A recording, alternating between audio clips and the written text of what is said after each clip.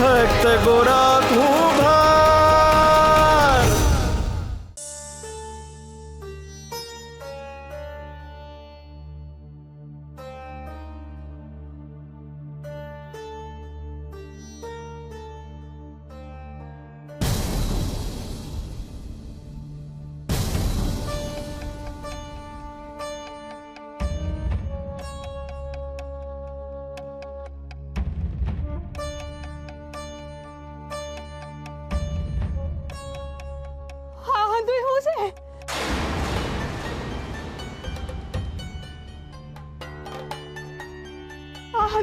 ભગત આખા ગામની આ જ હાલત છે। યુવરાજે તમને હોદવા આટું આખું ગામ ફેંદી નાખ્યું છે।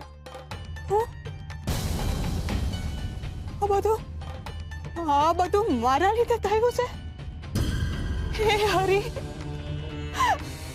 મારાથી હું થઈ ગયું। મારા લીધે હંધુય ખેદાન મેદાન થઈ ગયું। મેં સપને નહોતું વિચાર્યું કે મારા લીધે આવું થશે। મને માફ કરો ભગત। કોઈને કઈ વાગ્યો તો નથી ને? તુલસીબેન અને શુરાભા બધાય એમ કેમ તો છે ને?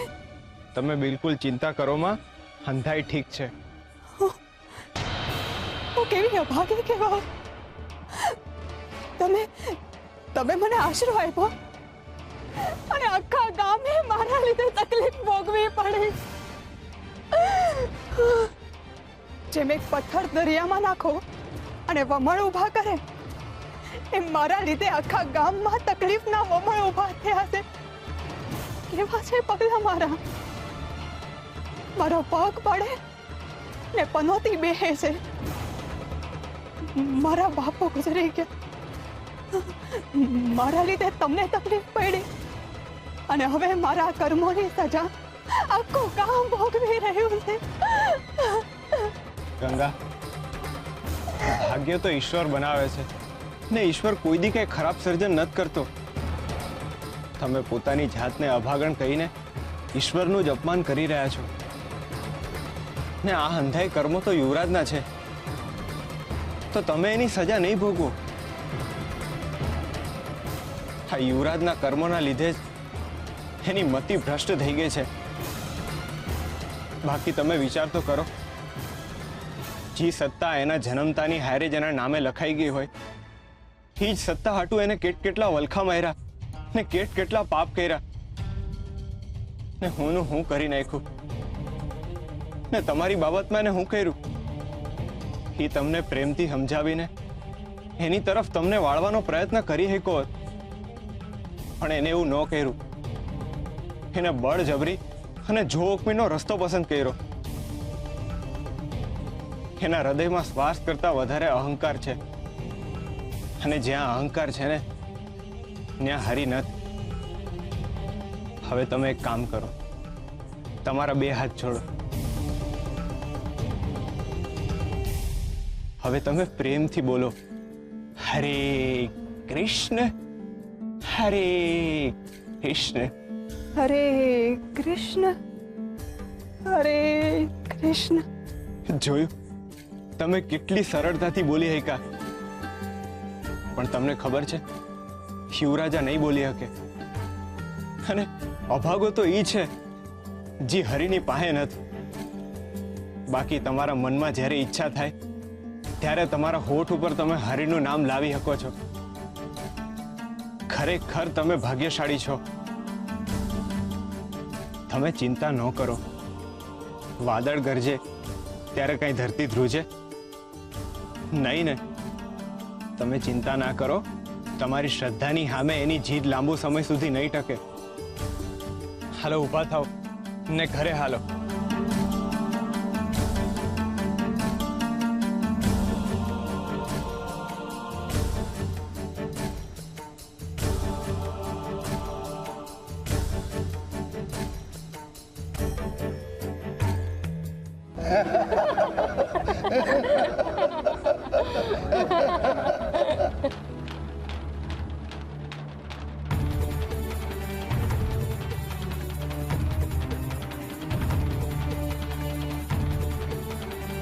જોજો ઓલી છોડી જો. લ્યો બોલો દીવા પાસે છે ને તારું. હજી આ છોરી તો ગામમાં જ છે. મને તો લાગે છે કે આ છોરી ગામમાં જ ન ગોરાના મનમાં છે. કોઈ કે ગોરા આવું કરે? જમાનો બદલાઈ ગયો છે બેન. આવી રૂપ સુંદરી સોડીને જોઈને તો હારા હારા સાનબેન ખોઈ બેહે. હિંમત તો જુઓ એની. આપણા નવા મહારાજની સામે ટક્કર લેવા બેઠો છે. આવા કારણ નથી થયું બેન. આ ગોરાનું મન બદલવાનું કરે ને ઈ સોરી છે. મને તો લાગે છે આ ગોવિંદના મૃત્યુ પછી જ એના મનમાં ફાટો પડેલ છે. એવું જ હશે. તુલસી એની હારે ઈટાને બાંધતી હતી એટલે એ છોકરીએ મીઠી મીઠી વાતો કરીને ગોરાને ફસાવ્યો છે. હે હરી, આ લોકો કેવું પાપ કરી રહ્યા છે. મનમાં મેલ ભરી રહ્યા છે અને એના શબ્દો બનાવીને સંસારમાં પાથરી રહ્યા છે. કોઈ સ્ત્રી વિશે આવા શબ્દો એમને ઉચ્ચારવા ના જોઈએ.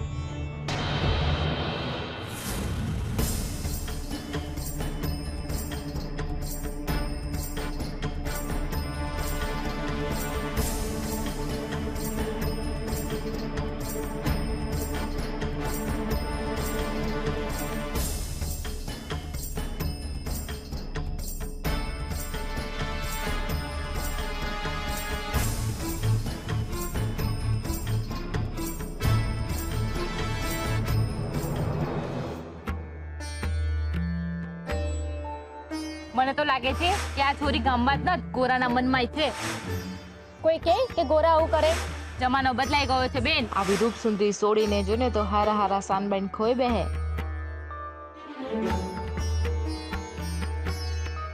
શું થયું તમને? તમને ક્યાંક તાવ તો નથી?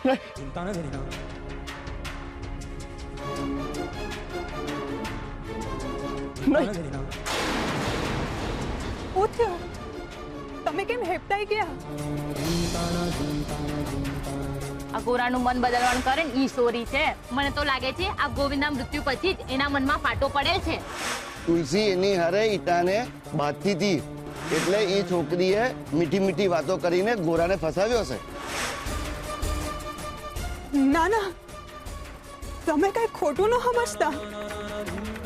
એ તો મને લાગ્યું કે તમને તાવ આવે છે એટલે હું ધાબળો ઓઢાડવા આવી. મહેરબાની કરીને તમે આ ધાબળો આયા મૂકીને વયા જાઓ. મને માફ કરો ભગત. મારાથી ભૂલ થઈ ગઈ છે. માફ કરો મને.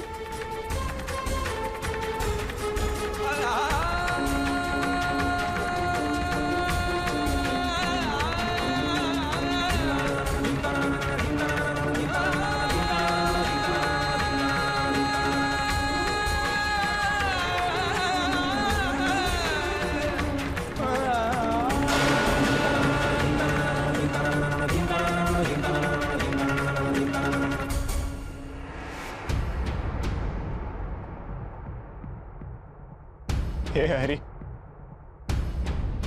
આ શું થઈ રહ્યું છે? મારી ક્યાંક ભૂલ તો નથી ને? ભાઈબંધ, તમે તો મને ઓળખો છો ને સમજો છો. મારો ભાવ એ સ્ત્રીને ખાલી આશરો આપવાનો જ હતો.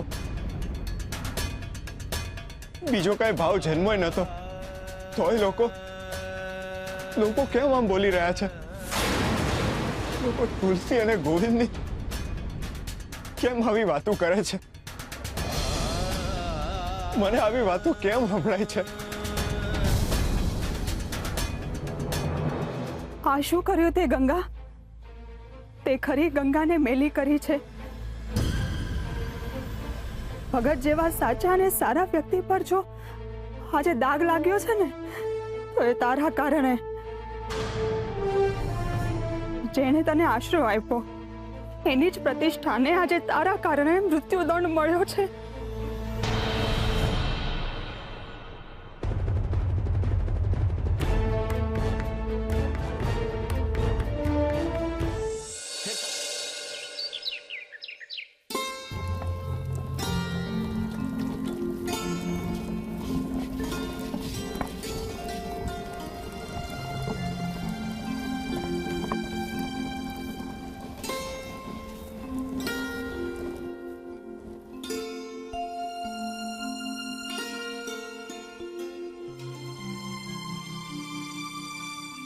ઉઠી ગયા તમે? હા તઈ હાથ મોઢું ધોઈ લ્યો. હા.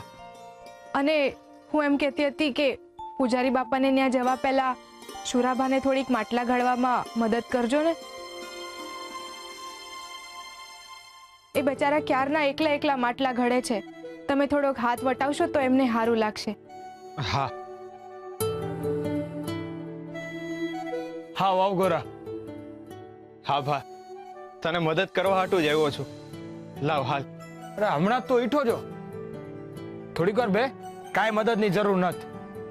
ના ભા, બેહવાનો વખત નથી. તને મદદ કરીને મારે પૂજારી બાપાની સેવામાં જવું છે.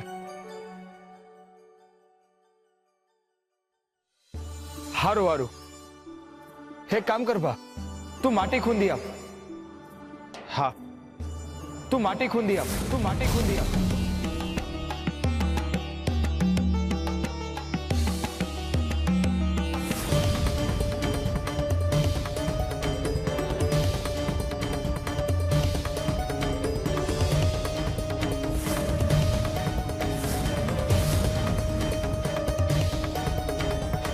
માટી?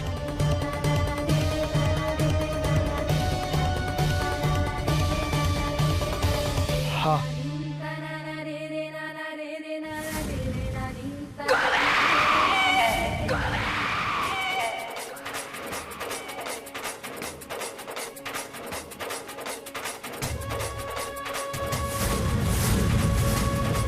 બા,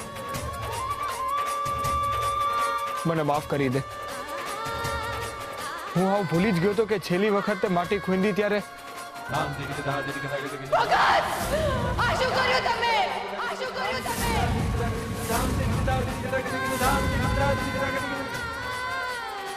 તું રેવા દે, માટી ના ખૂંદતો. ના ભા, કરમના આડે કામ નથી અટકાવું.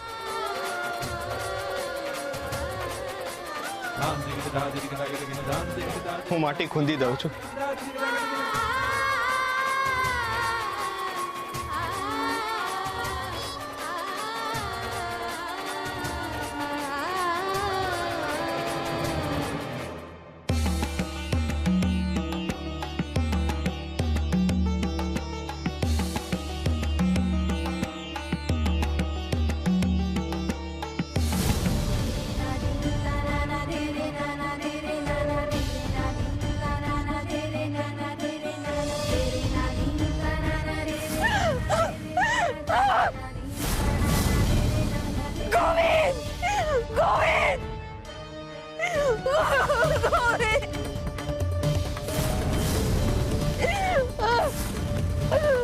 મારો ગોવિંદ કઈ બોલતો નથી, હાલતો ચાલતો પણ નથી,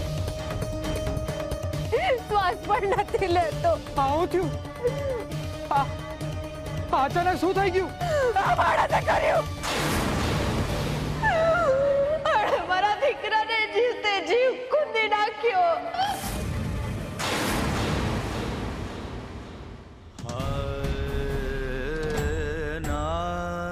નહીં, હું માટી નહીં ખૂંદી શકું. તુલસી, જો તમને વાંધો ના હોય તો હું ભજન ગાતા ગાતા માટી ખૂંદું. મેં આજ પહેલા હરિના નામ વેલા કોઈ દી પગ નથી ઉપાડ્યો. મને ટેવ છે હરિની. હરિ ના હોય ને તો મારા પગ નહીં હાલે. મને હું વાંધો હોવાનો? આપણો ગોવિંદ એ હરિ પાસે જ છે. તમારે પોગાડો તમારા શબ્દો હરિ સુધી. કદાચ તમારી શ્રદ્ધાના જોરે મારી વાત મમતા સુધી પોગી જાય. ગાઓ ભજન ભગત. હરે કૃષ્ણ, હરે કૃષ્ણ, હરે કૃષ્ણ.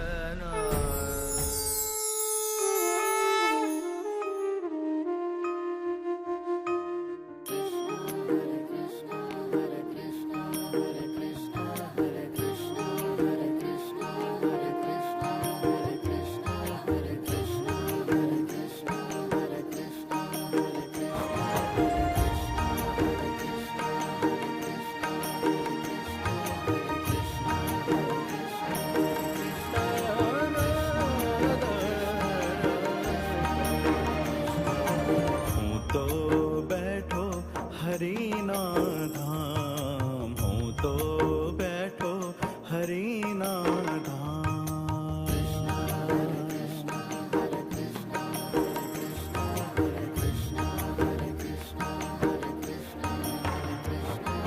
હું તો બેઠો હરિના ધામ હું તો બેઠો હરિના ધામ ચિંતા શાને કાજ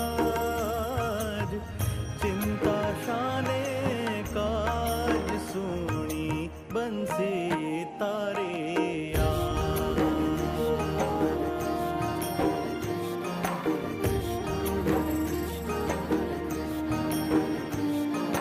જોવા સુંદર રૂપ તારું તરસે આંખો આજ ભગત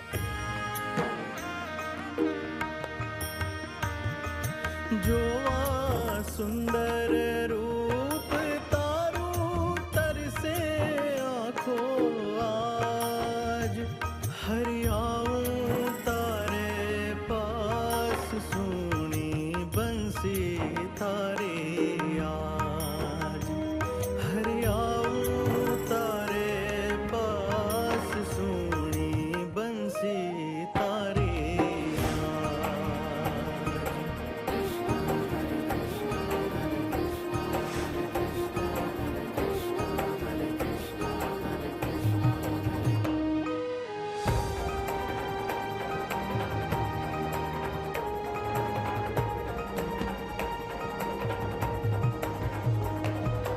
नैनं छिदन्ति शस्त्राणि नैनं दहति पावक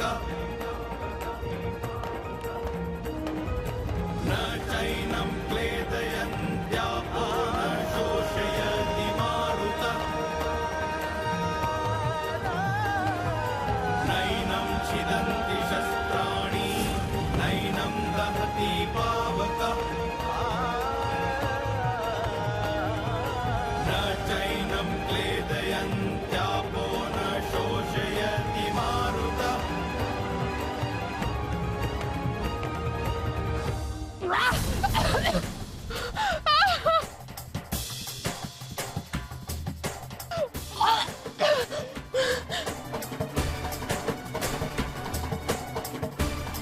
હું થયું મીઠી? મને ચક્કર ભાભી કરાવે ભાભી ભાભી શું થયું ભાભી તમને